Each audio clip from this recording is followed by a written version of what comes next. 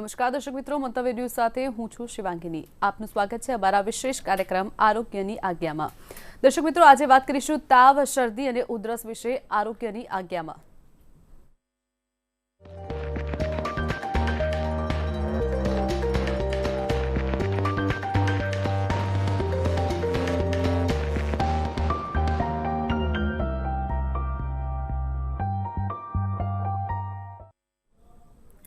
દર્શક મિત્રો, શરદી, ઉધરસ અને તાવ એ સામાન્ય રીતે રોજિંદા જીવનમાં થતું હોય છે, પરંતુ તે થવા પાછળ કારણ શું છે? શા માટે દરેક વ્યક્તિઓને વારંવાર થતું હોય છે? આ તમામ વિશે જાણીશું અમારા આ વિશેષ અહેવાલમાં. સામાન્ય રીતે આપણે એવું સમજતા હોઈએ છીએ કે શરદી, તાવ આદિનું કારણ ખાલી ને ખાલી આપણા ફેફસામાંથી આવતો કફ હોય છે, પણ એવું બહુ ઓછું જોવા મળતું હોય છે. કારણ કે ઘણીવાર ફેફસાના એક્સ-રે વગેરે કરાવ્યા પછી બધું બરાબર નોર્મલ હોવા છતાં પણ શરદી, તાવ, ઉધરસ આદિ તો એમના એમ જ રહે છે. આયુર્વેદિક અનુસાર ખરાબ પાચન અને તેને બળ આપતા બીજા કારણો જેવા કે ઋતુ, આહાર, પ્રકાર વગેરેના લીધે શરીરમાં ખોરાકના પાચનના અંતે ખરાબ ચિકાસવાળો કાચો કફ ખોરાકના સારા ભાગની સાથે સાથે જ બનતો હોય છે, જે શરીરનો ભાગ બની શકતું નથી, કારણ કે તે અપક્વ સ્વરૂપમાં હોય છે. શરીર કોઈ પણ પ્રકારના આવા અપક્વ વસ્તુને શરીરની બહાર કાઢવાના સ્વભાવવાળું હોય છે. એટલે શરીરના એવા સ્વભાવ રૂપે શરીર આ કાચો કફ શરીરની બહાર કાઢે છે, જે સ્વરૂપે દર્દીને વારંવાર નાકમાંથી પાણી આવવું, છીંકો આવવી, ખાંસીમાં કફ નીકળવો, તાવ આવવો વગેરે થાય છે.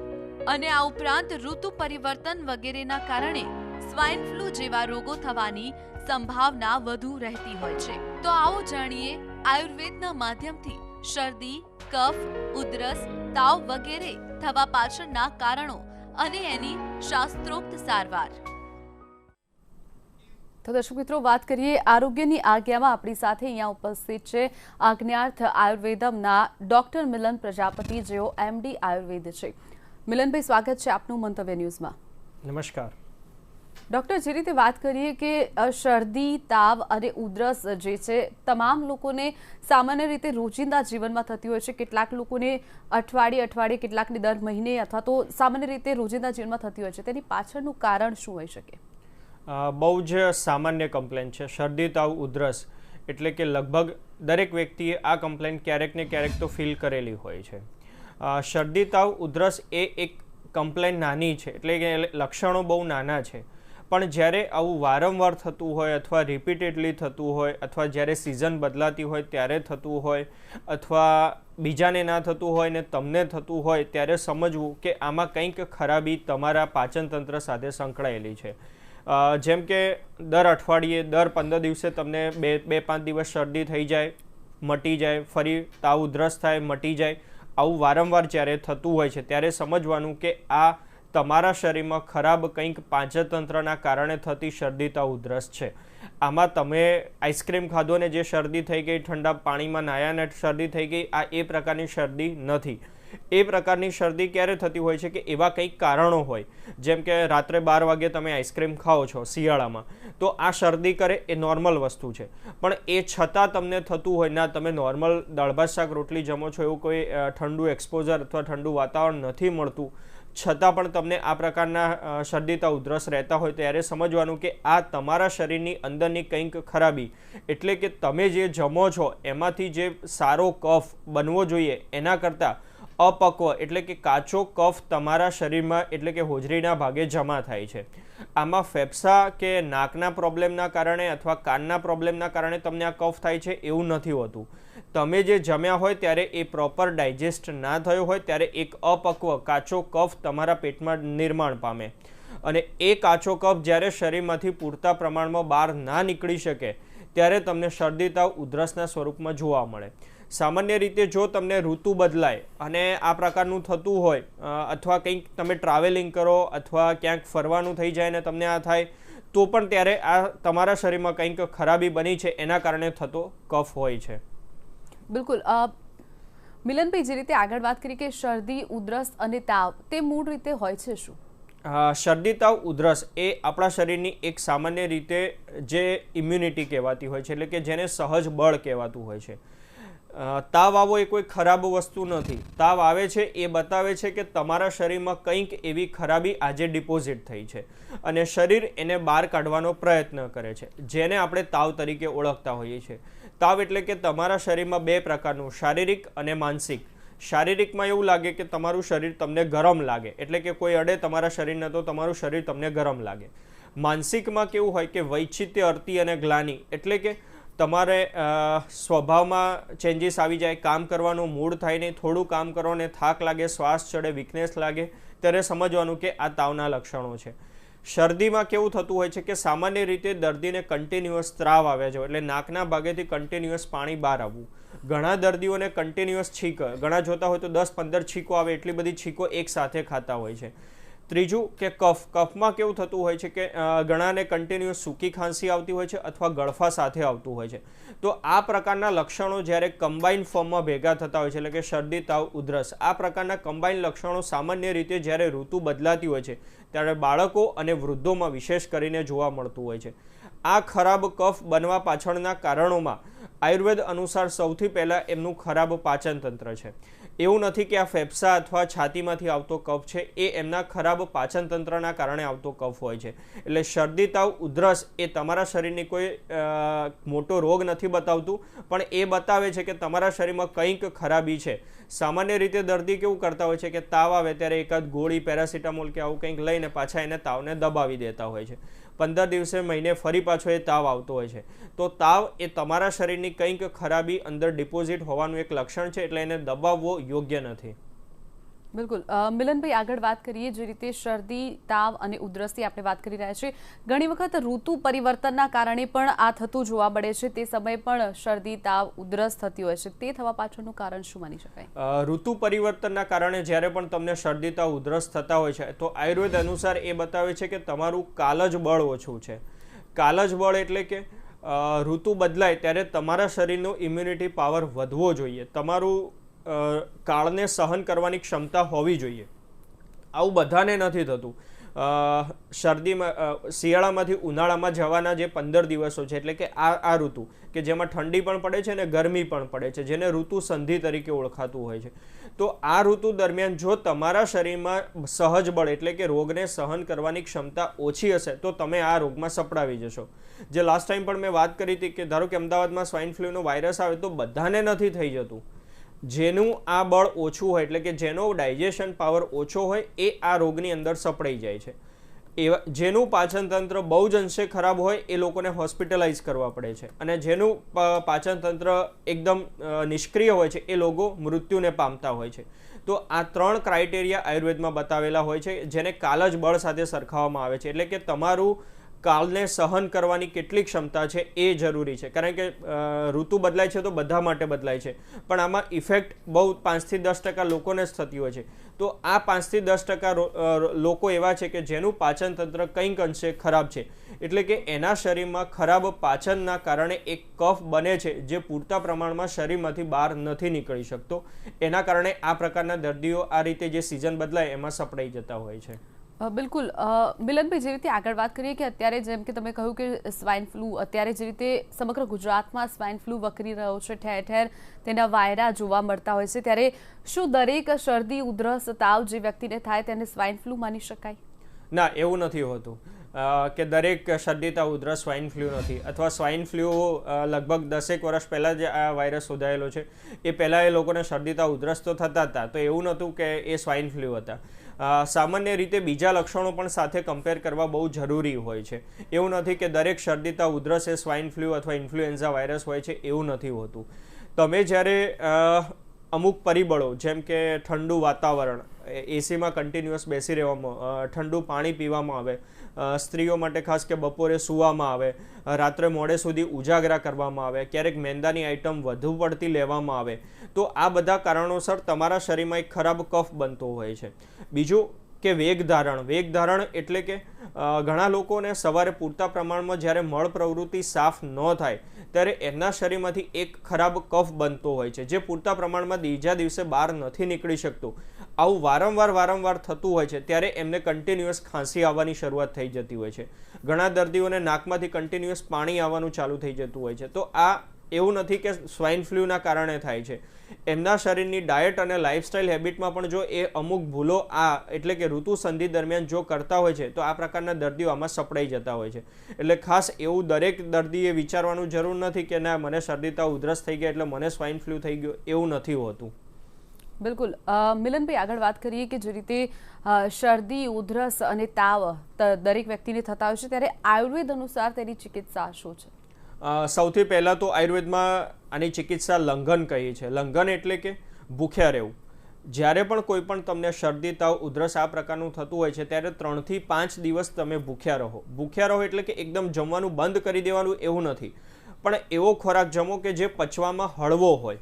જેમ કે મગનું પાણી છે, દાળનું પાણી છે, ચોખાનું પાણી છે, મગની દાળ છે, બાફેલા મગ છે, વઘારેલા મગ છે, મગભાત છે, દાળ ભાત છે, રાત્રે ખીચડી છે, આવો હળવો ખોરાક લો.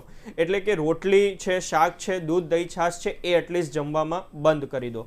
તો તમારા શરીરમાં જે ખરાબ કફ બને છે એ બનતો અટકી જશે. આ થઈ સૌથી પહેલાં રોગને અટકાવવાની વાત. હવે રોગ કયા કારણોસર બન્યો છે એ કારણોને આયુર્વેદિક ચિકિત્સક દ્વારા એની સલાહ લેવામાં આવે છે. જેમ કે તમે રાત્રે આઈસ્ક્રીમ ખાધો છે અને આજે શરદી થઈ છે તો એની સારવાર અલગ છે. તમે રાત્રે પીઝા ખાધા અને સવારે તમને શરદી તાવ ઉધરસ થઈ ગયા છે તો એની સારવાર અલગ છે. કારણ કે દરેક રોગમાં એક સારવાર આયુર્વેદમાં હોતી નથી. દરેક વ્યક્તિ આની સારવાર અલગ થતી હોય છે. જેમાં સામાન્ય રીતે અમે સૌથી પહેલાં દીપન પાચન કરાવતા હોય છે. દીપન પાચન એટલે કે તમારા શરીરનો અગ્નિ પ્રજ્વલિત થવો જોઈએ. તમે જે આઈસ્ક્રીમ ખાધો છે એ તમને નથી પચ્યો, એના કારણે તમને શરદી થઈ છે. તો અગ્નિ પ્રદીપ્ત થાય એટલે કે તમારી ભૂખ સારી લાગે એવો અમે પ્રયત્ન કરતા હોઈએ છીએ. બીજું અનુલોમન સારવાર આવતી હોય છે. અનુલોમન સારવારમાં એ રીતે હોય છે કે તમારા શરીરમાં જેટલી પણ ખરાબ ચિકાશ બની છે, કાલે રાત્રે તમે પીઝા ખાધા છે અને સવારે શરદી થઈ ગઈ, તમને ઉધરસ થઈ ગયા, તો એ પીઝાના કારણે શરીરમાં જે ખરાબી જમા થઈ છે એને શરીરમાંથી બહાર કાઢવાનો પ્રયત્ન કરવામાં આવતો હોય છે, જેને અનુલોમન સારવાર કહેવામાં આવતી હોય છે. હવે જો દર્દીને આ પ્રકારની તકલીફ વારંવાર થતી હોય, એટલે કે દર શિયાળાએ દર ઉનાળાએ એને આ પ્રકારની તકલીફ થતી હોય, જેવી ઋતુ બદલાય ત્યારે એને થતું હોય, તો આ પ્રકારના દર્દીઓમાં અમે પંચકર્મ નામની સારવારની સલાહ આપતા હોઈએ છીએ. કારણ કે જેને વર્ષો જૂની શરદી રહેતી હોય, જેને વર્ષો સુધી ખાંસી રહેતી હોય અથવા જ્યારે સિઝન બદલાય ત્યારે એને થઈ જતું હોય છે, તો એમાં સામાન્ય દવાઓથી એમને એટલો રિસ્પોન્સ નથી મળતો હતો. એટલે એમાં અમે પંચકર્મ સારવાર આપતા હોઈએ છીએ, જેમાં વિશેષ કરીને વમન એટલે કે કફના માધ્યમ દ્વારા એટલે કે ઉલટીના માધ્યમ દ્વારા તમારા શરીરમાં જેટલો પણ ખરાબ કફ બને છે એને ઉલટીના માધ્યમ દ્વારા દૂર કરવાનો પ્રયત્ન કરવામાં આવતો હોય છે. જેના કારણે તમને વારંવાર સિઝન બદલાય અથવા કંઈક ટ્રાવેલિંગ કે આવું થયું હોય એના કારણે તમારું શરીર જે વીક થઈ જાય છે અને તમને રોગો ચાલુ થઈ જાય છે એ ના થઈ શકે. બિલકુલ. મિલનભાઈ, વાત કરીએ, એક દર્શક મિત્ર આપણી સાથે જોડાઈ ગયા છે, અજયભાઈ. અજયભાઈ, સ્વાગત છે આપનું મંતવ્ય ન્યૂઝમાં. આપનો પ્રશ્ન પૂછશો. હા સર, હું શું કહેવા માંગુ છું કે વારંવાર શરદી છે ને, શરદી મટી નહીં જતી, શરદી ચાલુ રહે છે. શરદી એટલે બહુ શરદી, પાણીના જેમ. ઓકે. અને ઉંમર કેટલી હશે આપની? હા, ઉંમર છે 21. અને આ તકલીફ તમને કેટલા ટાઈમથી છે? એક વર્ષ સુધી. ઓકે. જે અજયભાઈએ વાત કરી કે વારંવાર શરદી ઉધરસ થતું હોય છે, તો આ એમને પણ પોતાને અનુભવ હશે કે કોઈ પણ રિપોર્ટ્સ કરાવે કે એક્સરે કે એવું કંઈક કરાવે તો એમાં કંઈ આવતું નથી, છતાં પણ દર્દી હેરાન થતા હોય છે. તો આ પ્રકારની તકલીફો અજયભાઈએ જે બતાવી એ એમના પાચન તંત્રના કારણે થતી હોય છે. એટલે કે એમના ખરાબ પાચન તંત્રના કારણે જ્યારે કફ થતો હોય ત્યારે આ પ્રકારની કમ્પ્લેન એમને વારંવાર થતી હોય છે. અજયભાઈને ખાસ સલાહ આપીશ કે અજયભાઈ જમવાનું પ્રમાણ ઓછું કરી દો, રોટલી અને દૂધ દહીં છાશનું પ્રમાણ ઓછું રાખો, અને ખાસ અમને આયુર્વેદ પંચકર્મ સારવાર જો આપ કરાવશો તો જે વર્ષથી તમે હેરાન થાવ છો એમાંથી તમને ઘણી રાહત મળી શકશે. અને બીજું કે ફરી પાછું નહીં થાય. અત્યારે તમે ગોળી કે એવું કંઈક લઈને એને દબાવી દો છો, પણ જો એકવાર એને શરીરમાંથી બહાર નીકળી જશે તો વારંવાર તમે આ રોગોમાંથી બચી શકશો. બિલકુલ. દર્શક મિત્રો, જો આપને પણ કોઈ પણ પ્રકારની સમસ્યા હોય, વારંવાર આ પ્રકારે તાવ, શરદી, ઉધરસ થતા હોય, તો આપ પણ અત્યારે આ ચાલુ પ્રોગ્રામમાં કોલ કરી અને આપ પણ ઘરે બેઠા માર્ગદર્શન મેળવી શકો છો. આપના ટીવી સ્ક્રીન પર જોવા મળતા નંબર પર કોલ કરી શકો છો. મિલનભાઈ, આગળ વાત કરીએ, જે રીતે શરદી, ઉધરસ અને તાવની આપણે ચર્ચા કરી રહ્યા છીએ. જો જે સમયે શરદી, ઉધરસ અને તાવ થાય અને તે સમયે જ તેને દબાવી દેવામાં આવે તો તેનું પરિણામ શું આવે છે? બહુ સરસ પ્રશ્ન છે. સામાન્ય રીતે બાળકોથી જ વાત કરું તો ઘરમાં બાળકોને શરદી તાવ ઉધરસ થઈ જાય એટલે સીધું જ એમના મમ્મી દ્વારા કંઈક એમને સિરપ કે તાવની દવા આપીને એમને દબાવી દેવાનો પ્રયત્ન કરતા હોઈએ છીએ. મિલનભાઈ, આપની અટકાવવા માંગીશ. આપણી સાથે એક દર્શક મિત્ર ભરતભાઈ જોડાયા છે. ભરતભાઈ, સ્વાગત છે આપનું મંતવ્ય ન્યૂઝમાં. આપનો પ્રશ્ન ડોક્ટરને પૂછશો. નમસ્તે. નમસ્તે જી. શિવાંગીબેન નમસ્તે. નમસ્તે. ડોક્ટર સાહેબ નમસ્તે. નમસ્તે જી. મારે પૂછવું છે તમને કે આ એમડી જે આપણે એલોપેથિકમાં એમડી આવે એવી જ આયુર્વેદિકમાં એમડી કક્ષા આવે? હા, એ રીતનું જ એમડી આયુર્વેદિક હોય છે. અને હરેક જિલ્લામાં એમડી ની કક્ષાની હોસ્પિટલો ખરી આયુર્વેદિકમાં? હા, જિલ્લામાં એકાદ આયુર્વેદિક હોસ્પિટલ હોય છે ગવર્મેન્ટની, પણ એમાં એમડી ડોક્ટર બહુ ઓછા હોય છે. અને શરદી, મગજની શરદી જે કોઈ કહે છે એની માટે કોઈ ઉપાય ખરો આયુર્વેદિકમાં? હા, જે મગજની શરદીની ભાઈએ વાત કરી એમાં એવું થતું હોય છે કે દર્દીને વારંવાર શરદી રહેવાના કારણે એના શરીરના ઉપરના ભાગના છિદ્રોના આ બધો કફ જમા થતો હોય છે. જેમ કે નાકની આજુબાજુનો ભાગ, આપણે ગાલની પાછળનો ભાગ, આંખોની પાછળનો ભાગ, જે બધો પોલો ભાગ છે, મતલબ કે ત્યાં કફ ચિકાસ થઈને અંદર ડિપોઝિટ થતું હોય છે. તો આ પ્રકારનો કફ જ્યારે વારંવાર દર્દીને ફીલ થતો હોય છે, એટલે કે શરદીને આ બધું વારંવાર જ્યારે રહેતો હોય છે, ત્યારે દર્દીને સામાન્ય રીતે એ રીતે સમજાવવામાં આવે છે કે આ તમારે મગજની અંદર જમા થયેલો કફ છે અથવા મગજની શરદી છે. એ બતાવે છે કે આ પ્રકારની તકલીફ એમને વારંવાર થાય છે. આ બધી તકલીફ જ્યાં સુધી પેટ સુધી સીમિત હોય ત્યાં સુધી દર્દીને બહુ વાંધો નથી આવતો, પણ આવું વારંવાર જ્યારે કરવામાં આવે ત્યારે એને મગજની શરદી તરીકે ઓળખવામાં આવતું હોય છે.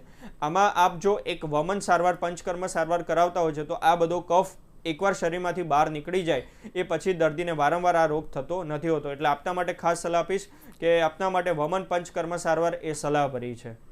બિલકુલ ડૉક્ટર, આપણે વાત કરી રહ્યા હતા કે જે રીતે શરદી, તાવ, ઉધરસ થાય ત્યારે તેને કોઈક વખત દબાવી દેવામાં આવે છે, એટલે કે તરત દવા આપી દેવામાં આવે અને તે દબાઈ જતો હોય છે અને કંઈક આગળ જતાં અલગ જ પરિણામ આવતું હોય છે. હા, સામાન્ય રીતે બાળકોમાં કેવું થતું હોય છે કે શરદી, તાવ, ઉધરસ થાય, 1-2 દિવસ રહે એટલે મમ્મી પપ્પા દ્વારા તરત એની સારવાર કરાવીને એ તાવને દબાવી દેવામાં આવતો હોય છે. ફરી પાછું 1-2 મહિના થાય, સિઝન બદલાય એટલે બાળકને ફરી પાછું શરદી, તાવ, ઉધરસ થતો હોય છે. તો આયુર્વેદમાં ખાસ આ પ્રકારના સારવારની વિશેષ એટલા માટે નથી સલાહ આપવામાં આવતી કે આવું કેમ થાય છે એ બાળકને જાણવું બહુ જરૂરી છે. તમે દર વખતે એને સિરપ આપીને એને દબાવી દો છો, પણ એ શરીરમાં માઇગ્રેટ થાય છે, એટલે કે એક જગ્યાએથી બીજી જગ્યાએ એનું ખાલી પરિભ્રમણ થાય છે, એ શરીરમાંથી દૂર નથી થતું. પછી બાળકને વારંવાર નેબ્યુલાઇઝરને આ પ્રકારના મશીન આપીને પછી પંપને આ બધા ઉપર આગળ સારવાર લેવી પડતી હોય છે. તો બાળકોને જ્યારે આ પ્રકારના શરદી, તાવ, ઉધરસ થાય, જો એ નોર્મલ ટેમ્પરેચર એટલે કે બહુ વધારે પડતું ટેમ્પરેચર ના હોય તો એઝ સચ એવી કોઈ જરૂર નથી હોતી. જો બાળક માતાનું દૂધ લેતું હોય તો મમ્મી દ્વારા જો દૂધ અને લોહીની એટલે લોટની આઈટમ બંધ કરી દેવામાં આવે તો બાળકને કફ મટતો અટકી જતો હોય છે. બાળક જ્યારે માતાનું દૂધ પીતું હોય ને એને વારંવાર જ્યારે શરદી, તાવ, ઉધરસ થતા હોય તો એમાં બાળકનો કોઈ વાંક નથી હોતો. એમાં એના મમ્મી દ્વારા જે ફૂડ લેવામાં આવતું હોય છે એના મમ્મીને જ્યારે પ્રોપર ડાયજેસ્ટ ના થાય ત્યારે આ બાળકને વારંવાર શરદી, તાવ, ઉધરસ થતા હોય છે. એટલે ખાસ આ પ્રકારની લાઈફસ્ટાઈલ જો મમ્મી દ્વારા સુધારે, એટલે એમની મા દ્વારા જો ખોરાકમાં ચેન્જ કરવામાં આવે તો બાળકને આવા શરદી, તાવ, ઉધરસ વારંવાર થતા નથી. બીજું કે બાળક સ્કૂલે જતા બાળકોને જો આવા શરદી, તાવ, ઉધરસ વારંવાર થતા હોય તો આયુર્વેદમાં એક ચ્યવનપ્રાશ અને એક સુવર્ણપ્રાશન આ 2 ઇમ્યુનોમોડ્યુલેટર મેડિસિન આવતી હોય છે જે એમના શરીરમાં ઇમ્યુનિટીને વધારતી હોય છે. બહારના બાળકોનું વાતાવરણ એમને અટેચ ના કરે, સિઝન બદલાય ત્યારે બાળક અંદર અફેક્ટ ના થઈ જાય, એ માટે જો આ બાળકોને ડેલી સુવર્ણપ્રાશન અને ચ્યવનપ્રાશ આ 2 જો આપતા રહેતા હોય છે તો બાળકોને આવા વારંવાર શરદી, તાવ, ઉધરસ નથી થતા હોતા. મોટા એટલે કે 14 થી 20 વર્ષના લોકોને જ્યારે આવા શરદી, તાવ, ઉધરસ વારંવાર થતા હોય છે તો એમાં એમની ડાયટ અને લાઇફસ્ટાઇલ હેબિટ કંઈક અંશે ભૂલો થતી હોય છે.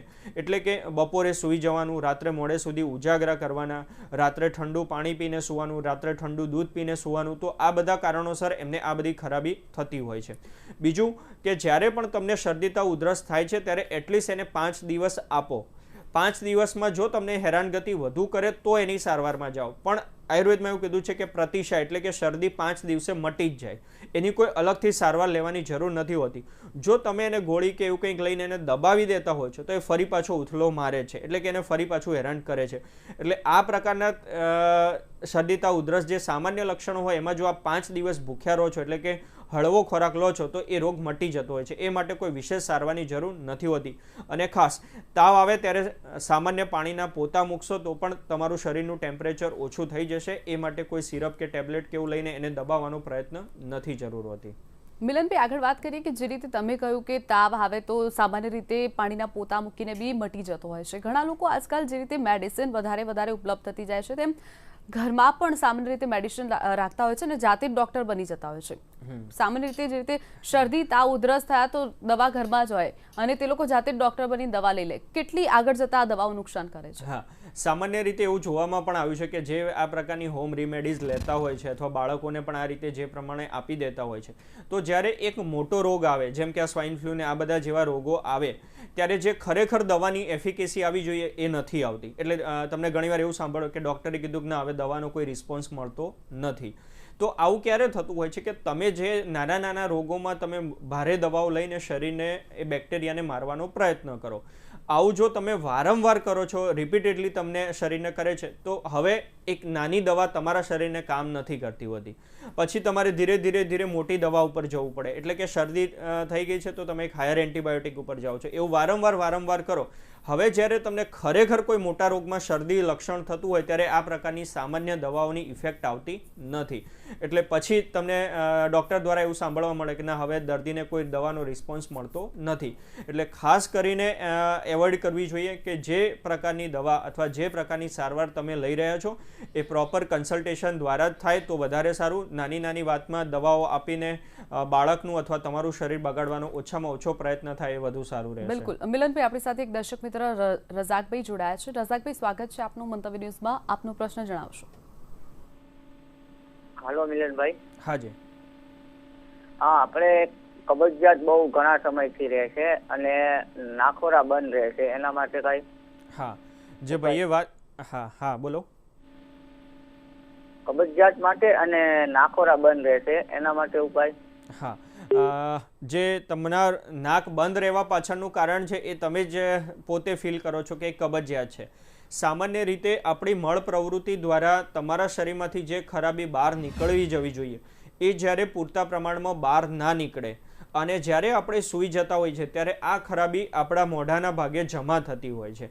એટલે સવારે ઉઠો ત્યારે તમારું નાક બંધ થઈ જવું અથવા નાકના ભાગે ઘણાને નસકોરા બોલવા, આ બધી તકલીફો ચાલુ થતું હોય છે. નસકોરા બોલવામાં નાકનો કોઈ પ્રોબ્લેમ નથી હોતો અથવા નાક બંધ થઈ જવામાં નાકનો કોઈ પ્રોબ્લેમ નથી હોતો.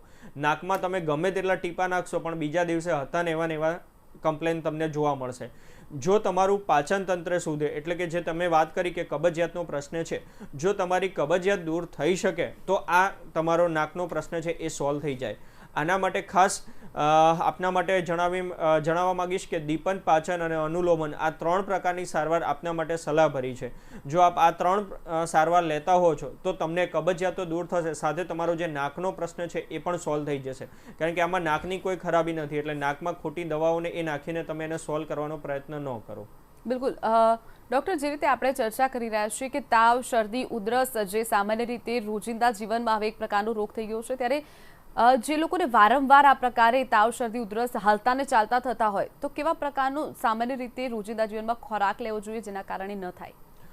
આ પ્રકારના દર્દીઓએ ખાસ કરીને દહીં છાશ તો મેક્સિમમ એવોઇડ કરવા જોઈએ. કારણ કે તમારા શરીરમાં ક્યાંય પણ ખરાબી બને છે ત્યારે જો તમે એક દહીં છાશ બંધ કરી દેતા હો છો તો આ નવી ખરાબી બનતી એકવાર અટકી જતા હોય છે. બીજું, જો બાળકોને આ પ્રકારનું થતું હોય તો આવું કંઈ સેન્ડવિચ છે કે બિસ્કિટ્સ કે આવી કોઈ મેદાની આઈટમ જતી હોય તો એને પહેલાં અવોઇડ કરવાનો પ્રયત્ન કરવો જોઈએ.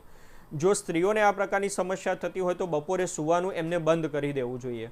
બીજું, ઘણા લોકોને રાત્રે ઉજાગરાના કારણે પણ થતું હોય છે. એટલે કે રાત્રે મોડે સુધી ઉજાગરા થયો તો સવારે ઉઠે ત્યારે ઊંઘ પૂરતી ન થવાના કારણે એમને માથાના ભાગે દુખાવો થવો, શરદી, તાવ, ઉધરસ આ બધા લક્ષણો જોવા મળતા હોય છે. તો બને ત્યાં સુધી આપને અટકાવવા માંગીશ. આપણી સાથે એક દર્શક મિત્ર રાધાબેન જોડાયા છે.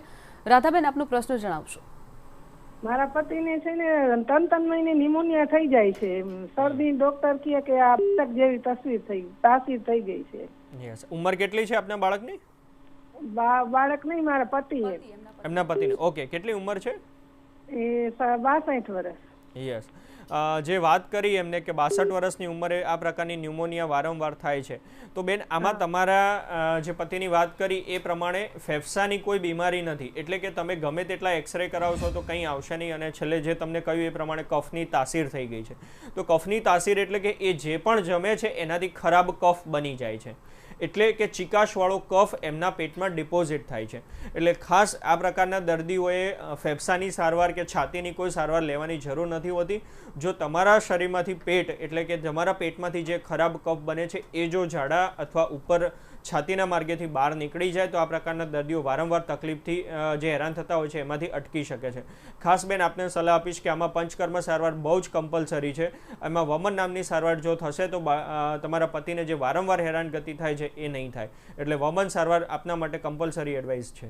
બિલકુલ ડૉક્ટર, આપણે વાત કરી રહ્યા હતા કે ખોરાક કેવા પ્રકારનું લેવો. યસ, ખાસ કરીને જે બેનને પણ હમણાં વાત કરી કે ન્યુમોનિયા, તો આ પ્રકારના દર્દીઓને ખાસ ચિકાશવાળી વસ્તુ બંધ કરી દેવી જોઈએ અથવા બને એટલી એવોઇડ કરવી જોઈએ. આ એક પ્રિવેન્ટિવ આસ્પેક્ટ છે, એટલે કે રોગને આગળ ના વધવા માટેનો. પણ જે જૂની ખરાબી થઈ છે એને તો આપણે શરીરમાંથી કંઈક અંશે બહાર કાઢવી જ પડતી હોય છે. તો આ પ્રકારના દર્દીઓ ખાસ મેંદાની આઈટમ અને લોટની આઈટમ જો બંધ કરી દે. બીજું કે ફ્રૂટ્સ, તમે એવું માનો અથવા સામાન્ય લોકોમાં એવું જોવા મળતું હોય છે કે ફ્રૂટ્સ લેવાથી આપણા શરીરને બળ મળતું હોય છે. તો જેનું પાચન તંત્ર ખરાબ હોય ને એ જ્યારે ફ્રૂટ્સ લેતા હોય છે, એટલે કે સફરજન, ચીકુ, કેળા આવા બધા ફ્રૂટ્સ લેતા હોય છે, તો એમના શરીરમાં ચિકાસનું પ્રમાણ વધતું હોય છે ને એ આ પ્રકારના રોગોને વારંવાર હેરાન કરતા હોય છે. એટલે દર્દી વારંવાર આ પ્રકારના રોગોથી પીડાતા હોય છે. તો બને ત્યાં સુધી આ પ્રકારના દર્દીઓએ ફ્રૂટ્સ પણ એવોઇડ કરવા જોઈએ. બિલકુલ ડૉક્ટર, આપ અહીંયા ઉપસ્થિત રહ્યા અને દર્શક મિત્રોને સુંદર એવું માર્ગદર્શન આપ્યું, તે બદલ આપનો ખૂબ ખૂબ આભાર. આભાર આપનો પણ. દર્શક મિત્રો, જો આપને પણ કોઈ પણ પ્રકારનો રોગ સતાવતો હોય, આપ કોઈ પણ પ્રકારના રોગથી ચિંતિત હો, તો અચૂકથી આપ પણ આજ્ઞાર્થ આયુર્વેદની મુલાકાત લઈ શકો છો. તેની માટે નોંધી લેશો સરનામું: આજ્ઞાર્થ આયુર્વેદ અને પંચકર્મ હોસ્પિટલ, એ 304 સિલ્વરબ્રુક કોમ્પ્લેક્સ, ડોક્ટર હાઉસની સામે, પરિમલ ગાર્ડન પાસે, આંબાવાડી, અમદાવાદ 380006. મોબાઈલ 97 245 75599. Website www.agyarthayurved.com.